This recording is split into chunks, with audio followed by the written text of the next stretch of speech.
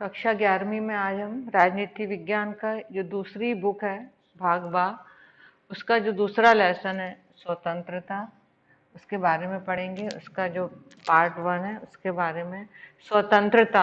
हमने राजनीतिक सिद्धांत में पढ़ा था कि हमें इसमें राजनीति में आने वाले कुछ शब्दों से परिचित होना है, तो उसमें से एक शब्द आता है स्वतंत्रता।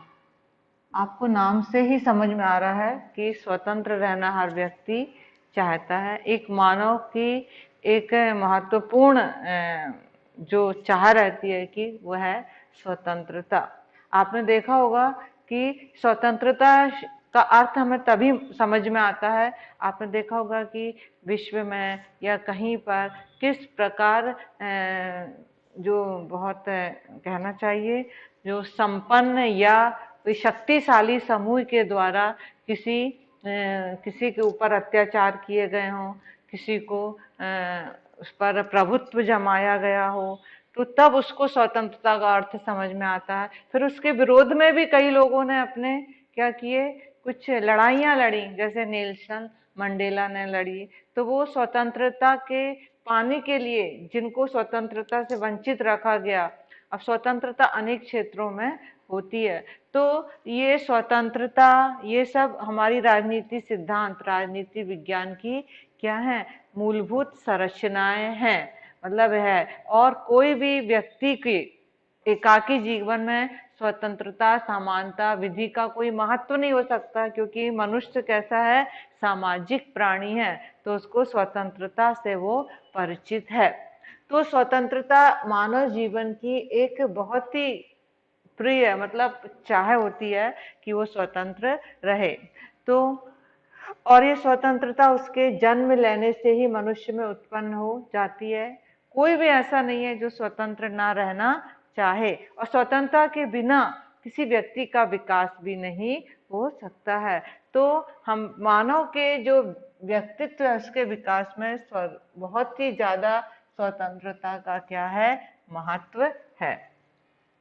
कई उदाहरण ऐसे भी आए हैं, देश और समय के अनुसार उत्पीड़न किया गया, अत्याचार किए गए और परतंत्र, और उसके बाद हमने उसको संघर्ष भी किया परतंत्रता से मुक्ति के लिए। तो इस प्रकार हम स्वतंत्रता चाहते हैं। विश्व के इतिहास में स्वतंत्रता के संघर्ष के अतिरिक्त कुछ नहीं है। फ्रांस में एक राज्य क्रांति हुई, वो भी स्वतंत्रता पाने के लिए हुई है। कई उदाहरण ऐसे हैं कि हमें जहां स्वतंत्रता का सामना करना पड़ता है, स्वतंत्रता की चाह के लिए संघर्ष करना पड़ता है। तो राजनीतिक ज्ञान में स्वतंत्रता एक बहुत ही महत्वपूर्ण अंश है। स्वतंत्रता का आदर्श मतलब आपको कुछ यहाँ 2 उदाहरण दिए गए हैं आपकी बुक में, एनसीईआरटी है, कि उसमें कि किस प्रकार इन्होंने संघर्ष करते हुए स्वतंत्रता दिलवाई। जो नेल्सन मंडेला थे, उन्होंने क्या किया कि जो दक्षिण अफ्रीका में जो रंगभेदी शासन के खिलाफ खुद अपने व्यक्तिगत संघर्ष लड़ाई की, और जो गोरे लोग थे जो अपनी अलगाववादी नीति है उनके खिलाफ संघर्ष किया, और उन्होंने बहुत ही ज्यादा क्या कहना चाहिए परेशानी में रहे, और इस प्रकार वो उन्हें जेल की सजा भी मिली। और इस प्रकार उन्होंने एक किताब लिखी हुई थी, स्वतंत्रता के लिए लंबी यात्रा, लॉन्ग वॉक टू फ्रीडम। इस प्रकार, और वो जो संघर्ष किया, ऐसा नहीं है कि वो संघर्ष केवल अश्वेत लोगों के लिए किया, बल्कि श्वेत लोगों के लिए भी एक प्रेरणा मिली कि उन्होंने किस प्रकार संघर्ष किया। 28 वर्ष वो जेल में रहे और एक कोठरी में बिताए। और इस प्रकार एक दूसरा उदाहरण है आंग सान सू, ये अभी की घटना है कि बर्मा म्यांमार में ये इनको भी एक सैनिक शासन के अधीन कर दिया गया।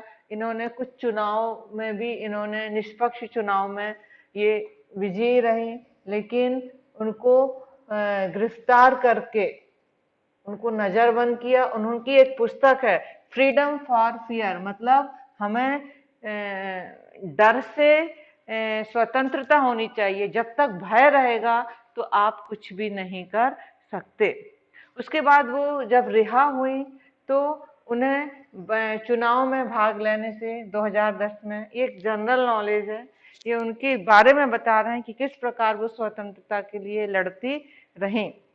उसके बाद में निकलने के बाद उन्होंने 2012 में भी चुनाव को जीता, सांसद बनी और इस प्रकार उनकी बाद में बहुत क्या कहना चाहिए, बहुत ही उनको सम्मान मिला। तो म्यांमार में एक नया राजनीतिक युग क्या हुआ, आरंभ हुआ।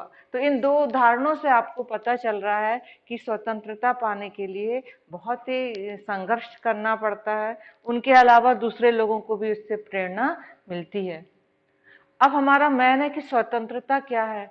स्वतंत्रता के बारे में विभिन्न राजनीतिज्ञों ने अपने अपने विचार बतलाए, परिभाषा दी, अर्थ लिखा, क्या है वास्तविक अर्थ, बंधों का ना होना ही क्या है स्वतंत्रता।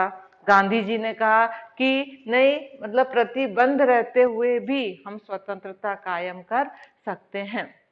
तो इस प्रकार अंग्रेजी भाषा के लिबर्टी शब्द से स्वतंत्र हिंदी रूपांतरण हुआ और इस प्रकार बंधनों का अभाव, मतलब कोई बंधन ना हो। तो यदि हम बिना बंधन के रहेंगे, समाज बिना बंधन की रहेगी, तो एक कहना चाहिए बहुत ही खराब स्थिति उत्पन्न हो जाएगी। एक दानवता का रूप धारण हो जाएगा समाज में, लोग मनमाना व्यवहार करेंगे, अराजकता चारों ओर फैल जाएगी। तो जो स्वतंत्रता का अर्थ होता है वो बंधनों का ना होना स्वतंत्रता नहीं है, बंधनों का होना ही क्या है, स्वतंत्रता। हमारा देश आजाद है, हमारे संविधान में नियम लिखे हुए हैं कि हम उस नियमों के अधीन रहकर ही स्वतंत्र हो सकते हैं। इस प्रकार स्वतंत्रता का जो सही अर्थ है वो प्रत्येक व्यक्ति को उन्हीं कार्यों को करना चाहिए जिनके करने से समाज के अन्य व्यक्तियों को किसी भी प्रकार का परेशानी न हो। उन अधिकारों के प्रयोग से न तो राज्य और समाज के कानून का उल्लंघन हो, मतलब हम बंधे हुए हैं कानून से, ये भी एक प्रकार की स्वतंत्रता है, और हम किसी भी प्रकार से किसी को भी बाधा ना हो। तो लास्की एक राजनीतिज्ञ थे, विद्वान थे, उन्होंने लिखा है कि स्वतंत्रता का अर्थ उस वातावरण की स्थापना से है जिसमें मनुष्यों को विकास के लिए पूर्ण अवसर प्राप्त हो। उसको व्यक्तिगत स्वतंत्रता हो, धार्मिक स्वतंत्रता हो, जितने भी स्वतंत्रता के प्रकार हैं जिससे वो बाधित ना हो। ये देखिए कुछ वैज्ञानिकों ने वैज्ञानिकों नहीं, राजनीतिज्ञों ने ये परिभाषाएं लिखी हुई हैं, आप दे सकते हो। सीले ने क्या लिखा है, स्वतंत्रता अति शासन का विलोम है। किसी के ऊपर हम अत्यधिक बंधन लगाते हैं तो उसका उल्टा क्या है, स्वतंत्रता। तो ये विभिन्न राजनीतिज्ञों द्वारा स्वतंत्रता की क्या दी गई हैं, परिभाषाएं दी गई हैं। महात्मा गांधी ने भी लिखा हुआ है कि स्वतंत्रता का अर्थ नियंत्रण का अभाव नहीं वरन व्यक्तित्व के विकास की अवस्थाओं की प्राप्ति है। मतलब हम बंधन में, नियम में रहकर ही अपने विकास कर सकते हैं।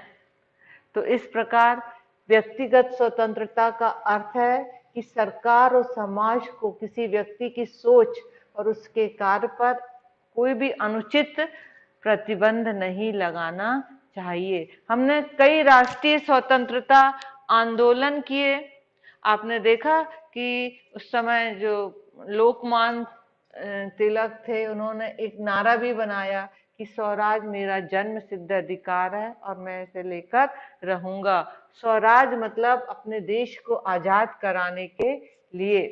और इसी प्रकार गांधी जी ने भी एक किताब अपनी हिंद स्वराज में कहा है कि जब हम स्वयं पर शासन करना सीखते हैं तभी क्या है, स्वराज। और हम अपने ऊपर शासन तभी करेंगे जब हमें स्वतंत्रता मिले, वो भी नियमों में रहते हुए। तो इस प्रकार स्वतंत्रता के हम देखते हैं लक्षण। तो स्वतंत्रता के बारे में विभिन्न विद्वानों ने बताया। तो ये बताया कि स्वच्छंदता नहीं है, स्वच्छंदता व्यक्ति को मनमाना व्यवहार करने के लिए प्रेरित करती है, जिससे कि एक प्रकार की अराजकता जन्म लेती है। स्वतंत्रता सीमित होती है, मतलब नियमों के अधीन होती है, असीमित नहीं। स्वतंत्रता व्यक्तिगत धारणा कम और सामाजिक धारणा अधिक है, क्योंकि हम समाज में रहते हैं तो हमें सामाजिक जीवन को भी ध्यान में रखकर हमें स्वतंत्रता प्राप्त होती है। स्वतंत्रता सकारात्मक भी अर्थ में भी लिया जाता है और नकारात्मक अर्थ में भी लिया जाता है। तो सकारात्मक अर्थ यह है कि जो मानव व्यक्तित्व के विकास के लिए अधिक से अधिक अवसर प्रदान करने वाली परिस्थितियां, जिससे मानव का उचित विकास हो सके। तो नियंत्रित एवं मर्यादित वातावरण के अंतर्गत व्यक्ति के पूर्ण विकास के लिए अधिकतम अवसरों की प्राप्ति का नाम ही क्या है? स्वतंत्रता। ये असली परिभाषा है स्वतंत्रता की। तो इस प्रकार हम देखते हैं कि गांधी जी ने जो स्वराज के बारे में पढ़ाया उस समय 20वीं शताब्दी में, तो जो उन्होंने बताया वो आज 21वीं शताब्दी में भी वो प्रासंगिक है, मतलब वो लागू होती है। अब स्वतंत्रता के हम दो पहलू ले सकते हैं, नकारात्मक पहलू और सकारात्मक पहलू। नकारात्मक पहलू और में क्या होता है, जैसे आपने देखा था मिल के द्वारा कुछ, जैसे जेएस मिल ने स्वतंत्रता का नकारात्मक पहलू के बारे में बताया था। इसको मानने वाले जो विद्वान थे वो थे हॉब्स, रूसो, कोल, सील। उनका मतलब था कि व्यक्ति को उसकी इच्छा अनुसार प्रत्येक कार्य करने की स्वतंत्रता होनी चाहिए, किसी प्रकार का बंधन नहीं होना चाहिए। और जेएस मिल ने बताया व्यक्ति के जो कार्य स्वयं से संबंधित हैं उनमें किसी प्रकार का बंधन नहीं होना चाहिए। ये नकारात्मक पहलू है, ये कुछ विचारकों ने बताया। व्यक्ति के जीवन, संपत्ति और स्वतंत्रता की रक्षा करना राज्य का दायित्व है। स्वतंत्रता के नकारात्मक पहलू में ये 6 पॉइंट हैं कि पहला पॉइंट है स्वतंत्रता का अर्थ है प्रतिबंधों का अभाव, जबकि सकारात्मक में इसका उल्टा होता है। व्यक्ति पर राज्य द्वारा कोई नियंत्रण नहीं होना चाहिए। वही सरकार अच्छी है जो कम से कम शासन करे। संपत्ति और जीवन की स्वतंत्रता असीमित है, इसलिए संपत्ति का अधिकार, मौलिक अधिकार में से संपत्ति का अधिकार हटा दिया गया है। नागरिक व राजनीतिक स्वतंत्रता से आर्थिक स्वतंत्रता अधिक महत्वपूर्ण है। विकास के लिए खुली प्रतियोगिता का सिद्धांत उत्तम है। आपने देखा ना कि समानता को लागू करते हुए प्रतियोगी परीक्षाएं होती हैं, उसमें कुछ नियमों को ध्यान में रखा जाता है कि सभी लोग उस आने वाले अंकों के आधार पर ही उनका चयन किया जाता है। तो ये था स्वतंत्रता का नकारात्मक पहलू। अब हम पढ़ेंगे स्वतंत्रता का सकारात्मक पहलू। इसके जो समर्थक थे वो थे ग्रीन, विद्वान गांधी जी और लास्की हैं, जो कि स्वतंत्रता का सकारात्मक पहलू प्रदर्शित किया। उनका मतलब था कि प्रतिबंधों का अभाव नहीं होना चाहिए स्वतंत्रता में। व्यक्ति को उसी चीज की स्वतंत्रता होनी चाहिए जिससे उसका उचित विकास हो सके। कार्यों पर उचित प्रतिबंध भी अनिवार्य है। उन प्रतिबंधों के साथ रह के ही हम स्वतंत्रता प्राप्त कर सकते हैं। व्यक्ति के केवल बाह्य आचरण से स्वतंत्रता नहीं हो सकती है, बल्कि उसके आध्यात्मिक विकास से भी हो सकती है, जिससे उसका मानवीय गुणों का उसमें विकास हो सके। कानून का पालन करने से स्वतंत्रता कम नहीं रहती है, बल्कि क्या रहती है? सुरक्षित। इतने मौलिक अधिकार आपने पढ़े, उसमें देखा ना कि आपको स्वतंत्रता दी गई है। तो हमें अपने सरकार, अपने देश की शासन व्यवस्था, हमें खुद अपना घर परिवार समाज को चलाने के लिए हमें प्रतिबंधों की आवश्यकता क्यों है? यदि प्रतिबंध नहीं होंगे तो सब कुछ अव्यवस्थित हो जाएगा, हमें प्रतिबंधों की जरूरत है, नहीं तो समाज अव्यवस्थित हो जाएगा, एक गड्ढे में चला जाएगा और विभिन्न प्रकार के लोग हावी हो सकते हैं।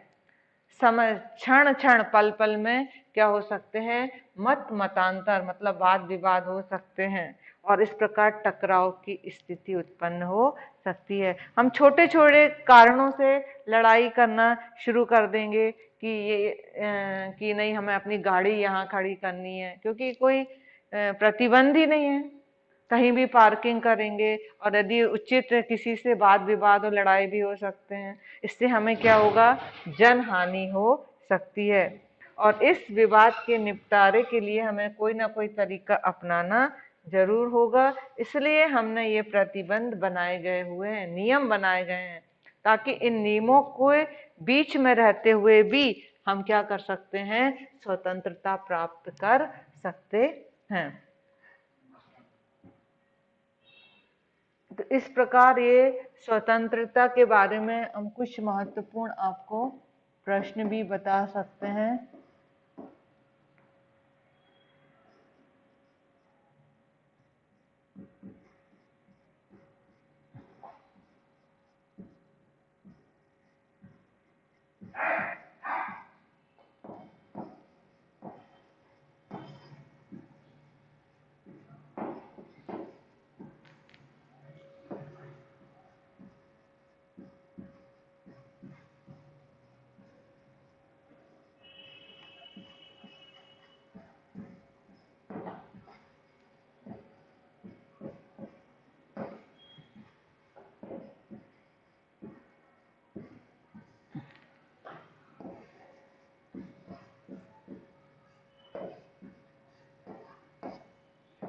किस प्रकार नकारात्मक पक्ष और सकारात्मक पक्ष हैं?